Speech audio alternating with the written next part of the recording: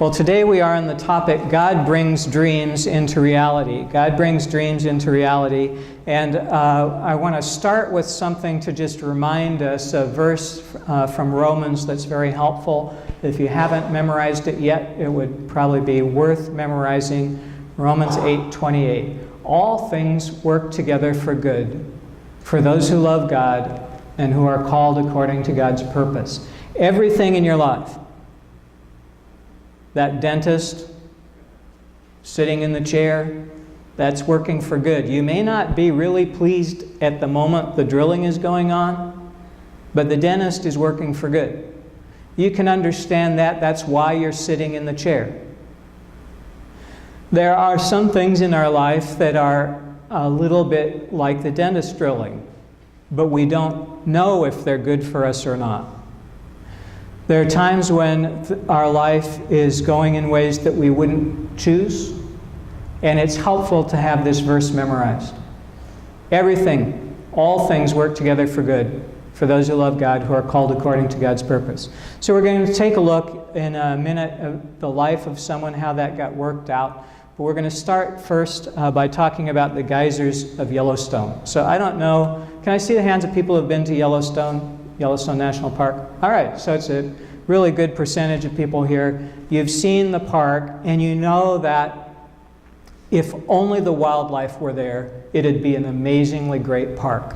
If only you went to see the bison and the wolves and the coyotes and the elk and the moose and all the many big and small animals there, that by itself would be enough. But in the midst of all these great animals, you also have geysers and a lot of natural phenomena that you won't see anywhere else. So when people show up, sometimes they want to see a geyser erupt, going off. And luckily for us, the park was developed before the nation got embroiled in safety-conscious rules. The park was developed when people thought, people in charge thought people were responsible and could make their own decisions and could avoid danger. So you get to walk right up to scalding things and look at them. You get to get right where you're getting sprinkled with the spray that includes sulfur and other things. So the geysers, if you want to see them going off, some of them are bubbling all the time. You just walk up to them and it's spouting. Day and night, all year long. 10 years from now, it'll be the same. There are some geysers that are on a predictable schedule. Every 10 minutes, there's one that goes off. Every 45 minutes, there's one that goes off. So you know if you just sit, you can watch it go off. Old Faithful's in that class. It's not on a clock, but it's within a range.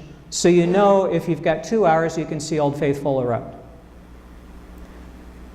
There are some geysers that are on a semi-predictable range that's less than a week.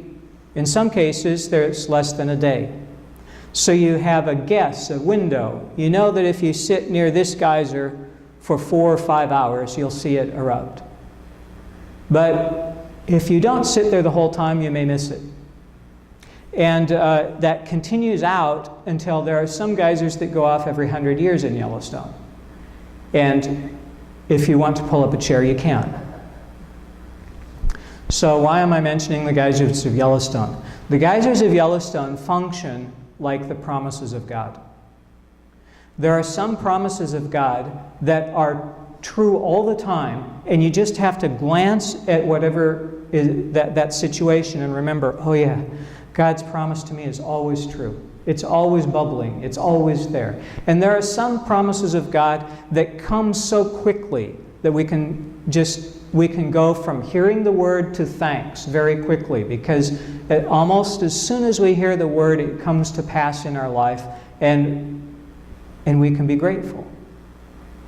And there are other promises of God that are like those 100-year geysers. Maybe it'll happen in our lifetime, maybe it won't. So how long does it take a God-given dream to come to fulfillment? Well, the answer is it just depends. Some of them are already fulfilled. Some of them won't be fulfilled for centuries. So it depends on what dream you're talking about. Abraham and Sarah, God told them, you're going to have a son. And a year later, it happened. It was one of those promises that they got it. They were both too old to have kids, didn't look likely. They heard the news independently. Each of them, when they heard the news, laughed. That can't be true. But a year later it was. They didn't have to wait long to find out. Abraham will have descendants. This promise, Abraham got 24 years before that, 25 years before that.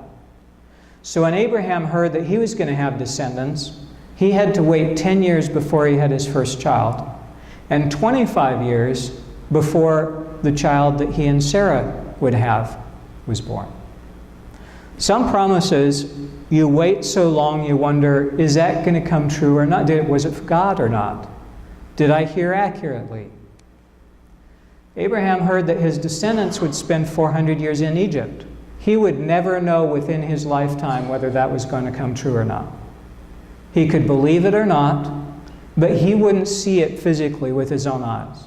He wasn't going to live that long. His descendants, it was a long ways down the family tree before someone in his family could see and with their own eyes whether this promise came true or not.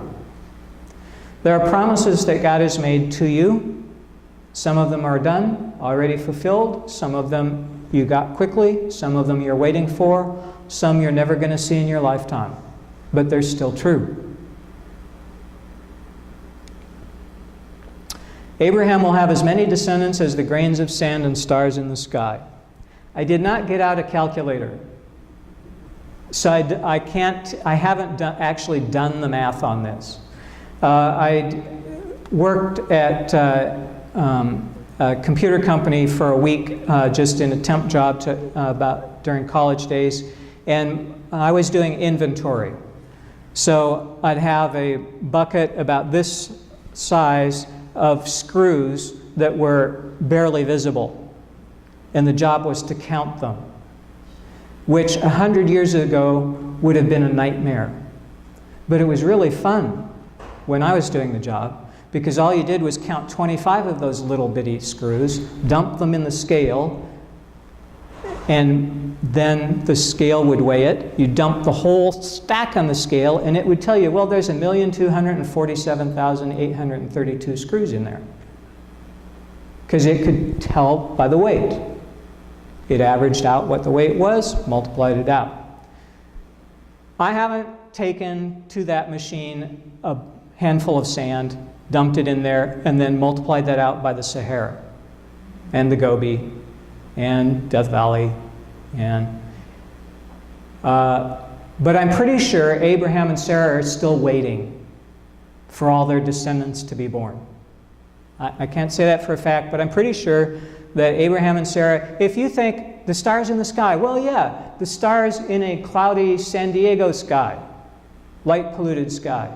No, this was not just the stars in a desert sky, this is the stars in the sky. If you've kept up with science at all, you know that's a big number. It's not that you can count it. So Abraham and Sarah, I'm pretty sure, are still waiting for this particular thing. But as each year goes by, they see more and more grace, more and more, yeah, that's coming true. Genesis 37 begins a story of Joseph primarily and his brothers and his dad. Joseph was 17. He was shepherding the flock with his brothers. Joseph was in a family that had rivalry in it from the beginning of his dad's birth through everything that Joseph ever knew. Before Joseph was born, Joseph's dad married two women who were in a contest for affection, which they were carrying out who could have the most babies. And one of them was losing, couldn't conceive. So she gave her handmaid to help out in the contest. So pretty soon there's 4 women trying to gain favor for their team by giving birth. And Joseph is one of the boys who's born late in the game. By then, the family is, well, let's just say they have issues and leave it at that, okay? They have strife built into the family.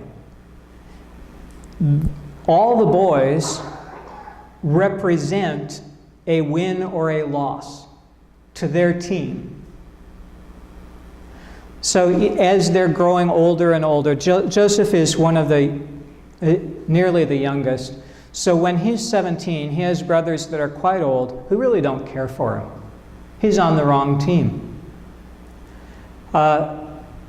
He's shepherding the flock with his brothers, and if you're reading along in Genesis 37, you'll quickly get to this verse. Joseph brought a bad report of his brothers to his dad. So if you're trying to get along in your family, this isn't something you should do, but if everybody's, if you're 17, maybe this is what you do. Anyway, Joseph was 17, he just saying what's true, Dad, and giving the bad report.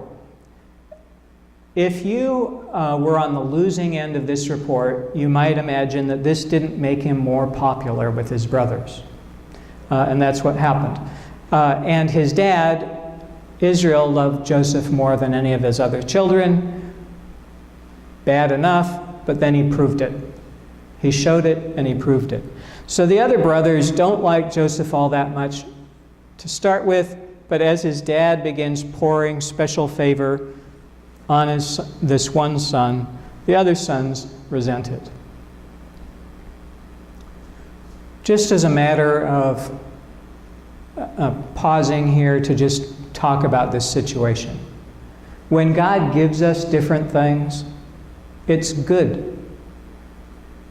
God's fairly wise, might know what's strategic, and when God gives someone more, God knows that that person has the ability to handle it. So now parents aren't always as clued in as God is, but sometimes when someone gets far more invested in them, it's because they can do more with the investment. When his brothers saw this, however, they hated him and they could not speak peaceably to him. It's good if you talk it out with God and get over anger and resentment, but they did not. So then in the middle of this, he had a dream. I mentioned this during the children's message. He's got a stalk of grain. His stalk stands up straight. All the other stalks bow down to it. There are as many stalks bowing down to his stalk as he has brothers. What brothers do you think that means? Then he had a second dream, just like that, except this time not only do the 11 brothers bow down to him, but the sun and the moon bow down to him too. And so this doesn't go over good with his mom and his dad. But his dad has a reaction that is probably helpful if you're ever in this situation. You're getting unhappy with a comment of someone saying they have so much favor from God. They've got a dream that's just going to be awesome.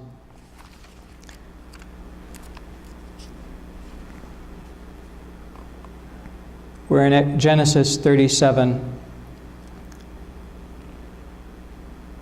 His brothers were jealous of him, this is verse 11, but his father kept the matter in mind.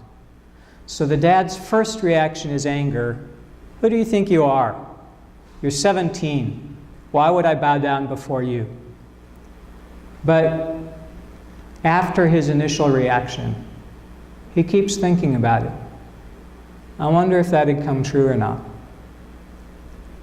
One of the things you discover as you read through this story is that God loves to tell people things in advance, far in advance. Sometimes so far in advance you wonder, Why? You might think when Joseph had a dream like this that he would suddenly start on the nice ascent. But he did not. What happened was his brothers were determined to kill his dream and maybe to kill him. To stop this fool. They didn't want to bow down to him. So they set in motion the events that would cause Joseph to wind up in prison, in slavery, and eventually in the spot where they would bow down to him. Everything in your life. Brothers selling you into slavery, hopefully it won't happen to you. Being falsely accused and being thrown into prison, hopefully it won't happen to you. Being forgotten in prison, hopefully it won't happen to you. Successfully predicting, prophesying what would happen to two people and them forgetting about you so you stay in prison another 2 years, in addition to all the years you've already had, hopefully it won't happen to you. But all things work together for good for those who love God and are called according to God's purpose. If on this day you're not feeling quite so great because the dream that you have, or you don't even know if there's a dream left, is not looking all that special the way it's working out in your life, you may in fact be on Joseph's track, on your way to the complete fulfillment of the dream, exactly where you need to be, just not what you thought it would look like. We're going to take a moment for prayer.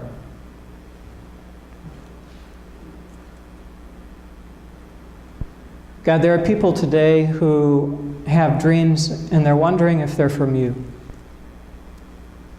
So I ask that you speak with clarity into their lives, that for people who have dreams from you, that you would help them to see clearly that it is you inspiring them to something that would be great. And some of the people have dreams from you and they know it, but they're on the path where it doesn't look so great yet. They're on the path where their brothers are mad, sell them into slavery, maybe into prison, and it doesn't look anything like what the dream sounded like. So for people who are in that waiting spot, I ask God that you help them to have their faith renewed, to be equipped so that as they step into the dream, they step into it like Nelson Mandela did, free of what would have bound him, anger and resentment. Free to bless and to forgive and to be at peace and to receive the blessing that you, God, intended.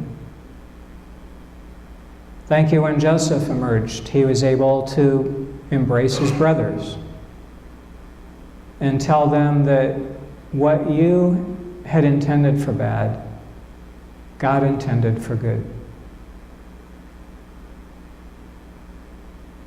Keep speaking to us, God, and thank you for the times when we see promises of yours come true immediately to give us faith, for the times when we don't yet see things that you have promised far in the future. We praise you. Amen.